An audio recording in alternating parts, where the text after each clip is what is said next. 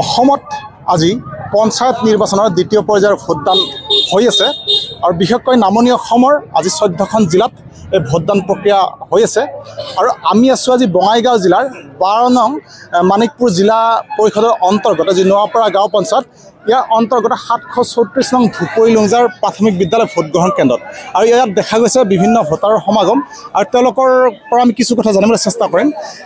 আপুনি ভোট দিলে নে দিব?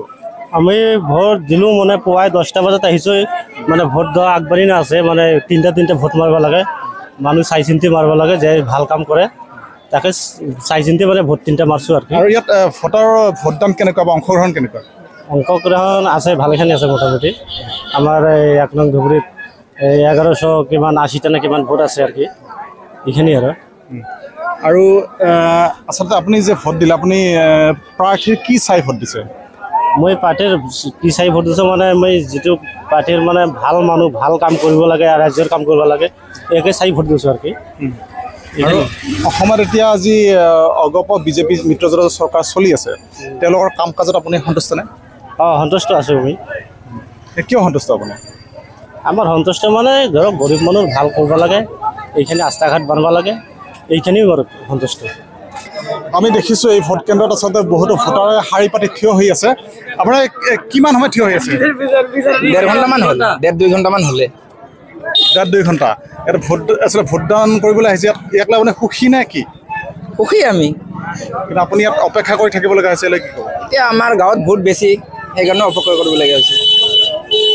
আৰু কেনেকুৱা ৰাইজৰ অংশগ্ৰহণ কেনেকুৱা এই অঞ্চলত? ভালে চবে কৰি আছে, লাইন ধৰি আছে, ডিচিপ্লিনটো বজাই ৰাখিছে, ঠিকে আছে। আৰু প্ৰাৰ্থীৰ কি চাই ভোট দিব আপুনি? পাৰ্টিটো কি ক'ম বাৰু, মানুহ চাই এতিয়া ভোট দিব লাগিব। আমাৰ ৰাইজৰ কাম লাগে, ৰাইজৰ ভাল উন্নতি লাগে, সেই হিচাপত আমি ভোটদান কৰিম। আপুনি ক'ৰ পৰা আহিছে? আমি 2 নং ধুবুৰী। 2 নং ধুবুৰী। আপুনি ভোট দিলে নে ভোট দিব? দিব যাম। দিব আহিছে। আপুনি আপোনালোকৰ অঞ্চলত কেনেকুৱা ভোটাৰ ৰাইজৰ সঁহাৰি কেনেকুৱা? ভালে। আৰু আপুনি প্ৰাৰ্থী বা কেণ্ডিডেটৰ আপুনি কি চাই ভোট দিম বুলি ভাবিছে? দিম আৰু আপুনি প্ৰাৰ্থী বা কেণ্ডিডেটৰ পৰা কি কাম বিচাৰে? এই যে ৰাস্তা ঘাট খোলা আৰু আমাৰ কিবা কাম গিলা আহে সেইগিলা কৰিব লাগে আৰু ভালকে সেইগিলাই বিচাৰোঁ। আৰু আমাৰ লগত আছে এই ভোটদান কেন্দ্ৰত অহা আন এগৰাকী ভোটাৰ। আপুনি ক'ৰ পৰা আহিছে? 1 নং ধুবুৰীৰ পৰা। আপুনি ভোট দিলে নে দিব? ভোট দিব।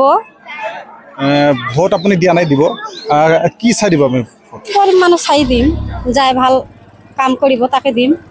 আপুনি কেনেকৈ গম পায় যে তেওঁ ভাল কাম কৰিব? কেনেকৈ গম? ভোট দিলেহে গম পাম। গৰীব মানুহকে ভোট দি আছে আৰু যিয়ে আপুনি জিকিব ইয়াত আপুনি তেওঁৰ পৰা কি আশা কৰিব, কি কাম কৰাটো তেওঁ বিচাৰে? ভাল কাম কৰিলে তাকে দিম, যাই ভাল কাম কৰি আছে তাকে দি আছে। না তেখেতে জিকাৰ পিছত আপুনি কি কাম কৰাটো বিচাৰে?